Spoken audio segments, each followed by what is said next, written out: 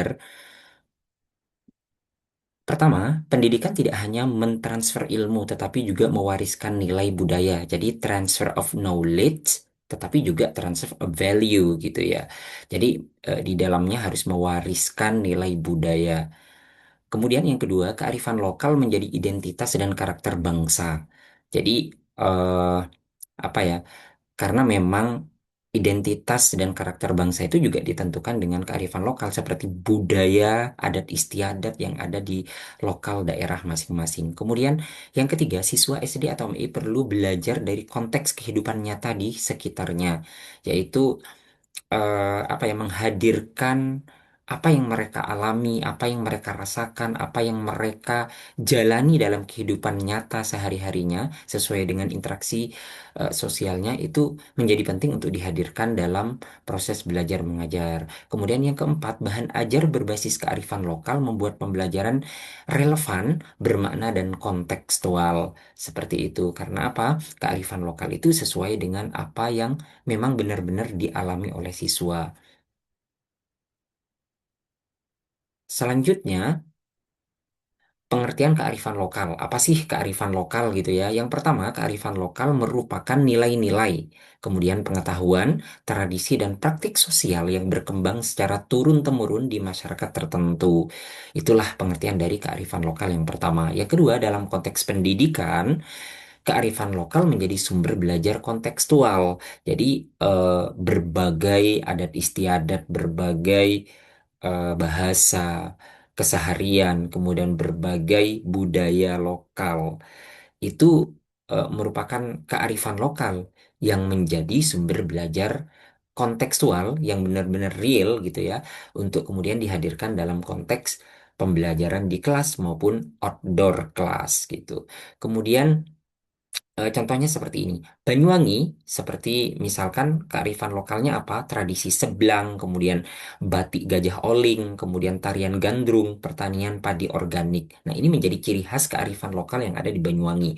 Kemudian untuk di Jawa Timur pada umumnya, itu biasanya ada ludruk, riok Ponorogo, tembang dolanan, kemudian gotong royong.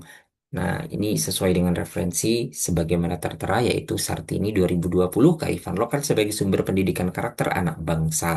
Nah, ini contoh-contoh dari apa tadi itu ya, tradisi seblang gitu ya. Kemudian ada batik Gajah Oling ini yang gambar batik, kemudian ada juga tarian gandrung dan seterusnya.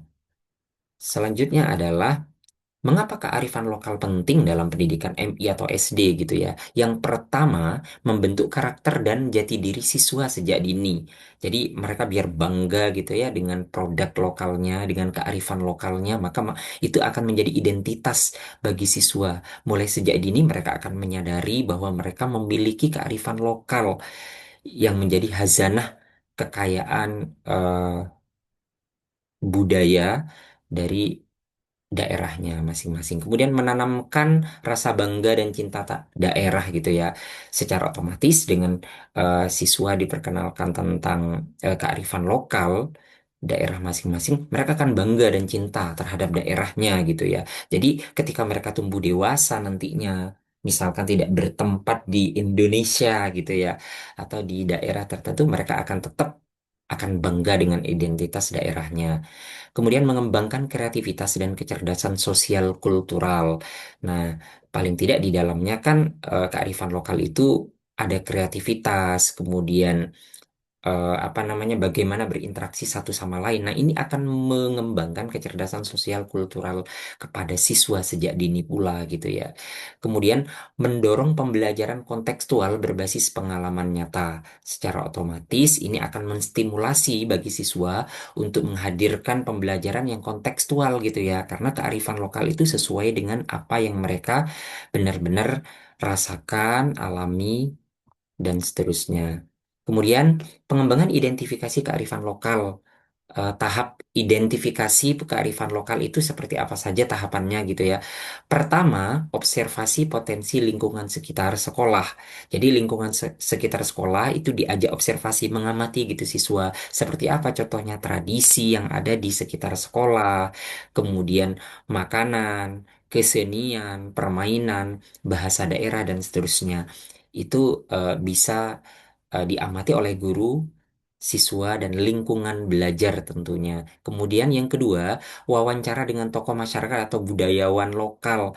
Jadi guru bisa mengajak siswa langsung gitu ya untuk wawancara dengan figur masyarakat yang benar-benar memahami tentang budaya lokal setempat. Kemudian ketiga, studi literatur dan dokumen lokal. Nah, guru yang akan membuat bahan ajar juga tentunya itu harus mengkaji studi literatur gitu, mengkaji beberapa literatur, kemudian dokumen lokal gitu.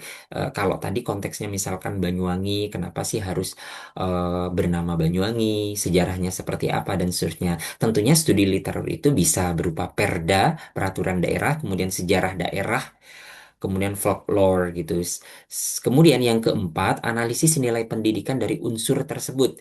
Jadi unsur-unsur tadi itu bisa dianalisis dari perspektif moral, kemudian sosial, ekologis, estetis pada halaman berikutnya. Tentunya menjadi penting gitu ya untuk kemudian analisis nilai pendidikannya juga perlu lakukan. Contoh permainan tradisional egrang gitu ya.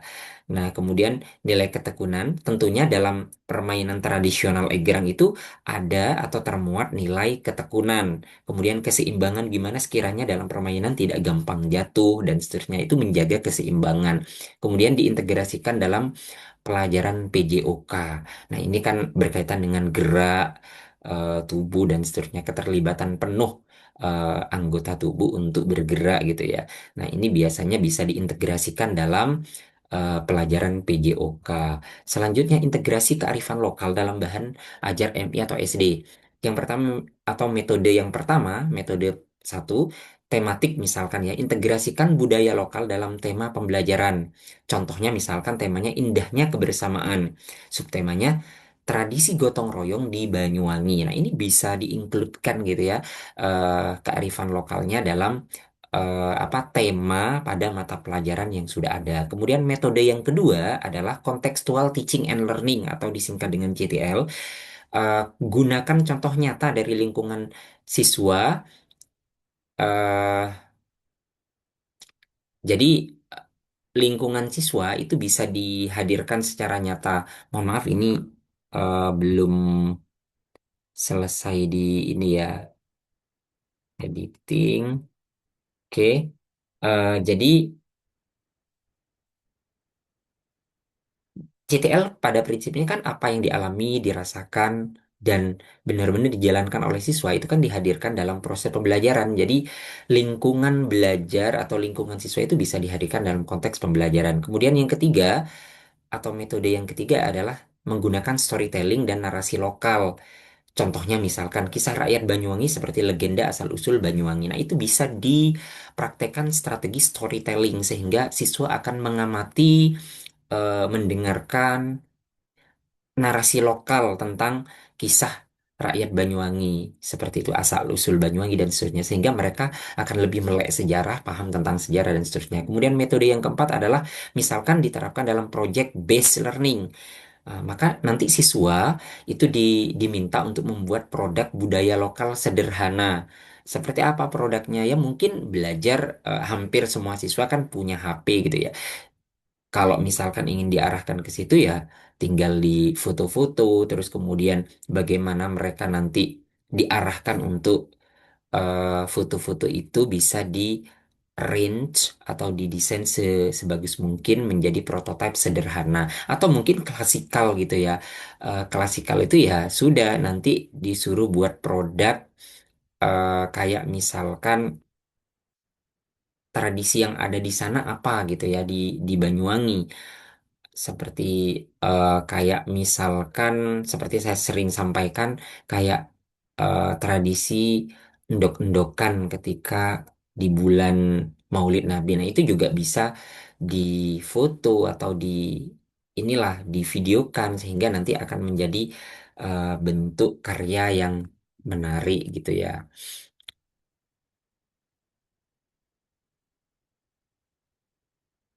Selanjutnya adalah manfaat pengembangan bahan ajar berbasis kearifan lokal. Manfaat yang pertama, meningkatkan motivasi belajar karena materi dekat dengan kehidupan mereka tentu. Yang kedua, yang kedua menumbuhkan rasa cinta tanah air dan identitas budaya seperti tadi ya, tentunya sudah saya sampaikan. Yang ketiga, mengembangkan karakter sosial, moral dan spiritual.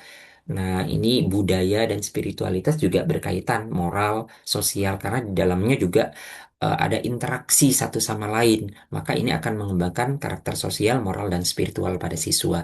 Keempat, membentuk sikap toleransi dan apresiasi terhadap keberagaman atau pluralitas.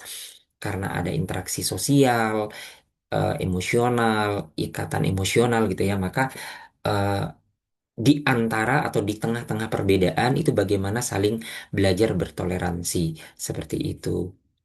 Selanjutnya adalah implementasi kearifan lokal dalam mata pelajaran MI atau SD. Nah, ini penerapannya seperti apa sih kearifan lokal dalam konteks mata pelajaran MI? Contohnya di sini ada beberapa mapel yang saya contohkan. Misalkan ya, mata pelajaran bahasa Indonesia.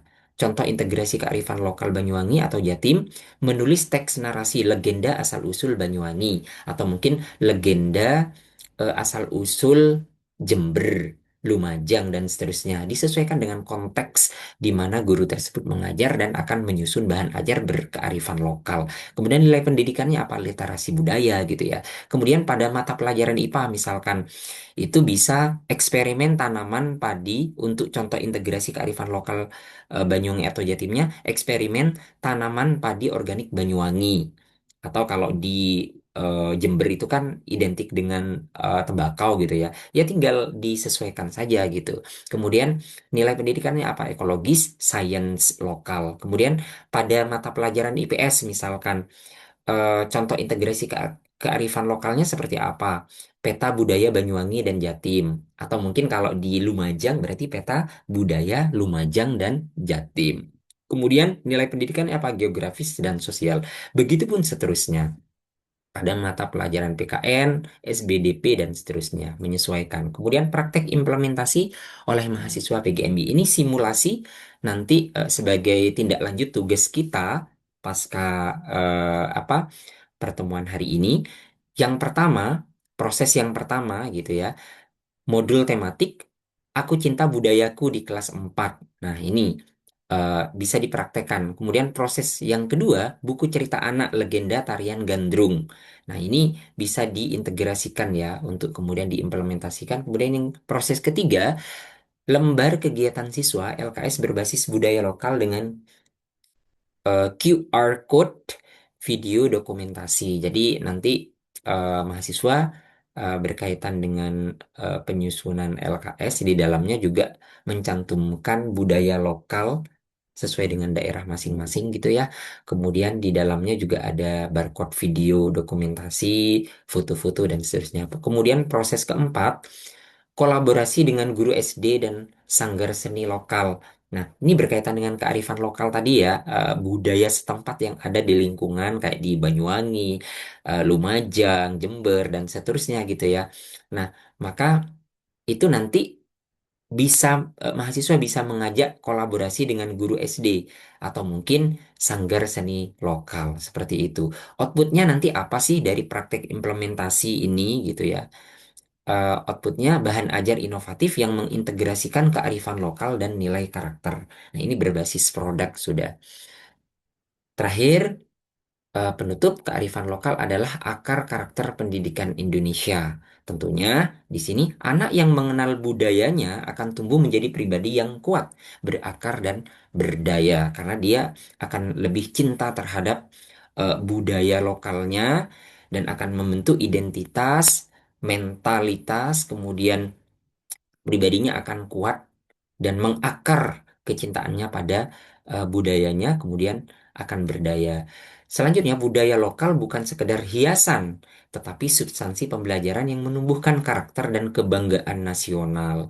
Tentu saja, kecintaan terhadap produk lokal, kecintaan pada adat istiadat lokal, kemudian budaya lokal, itu akan membuat siswa nanti karakternya itu benar-benar cinta dan bangga terhadap nasional seperti itu.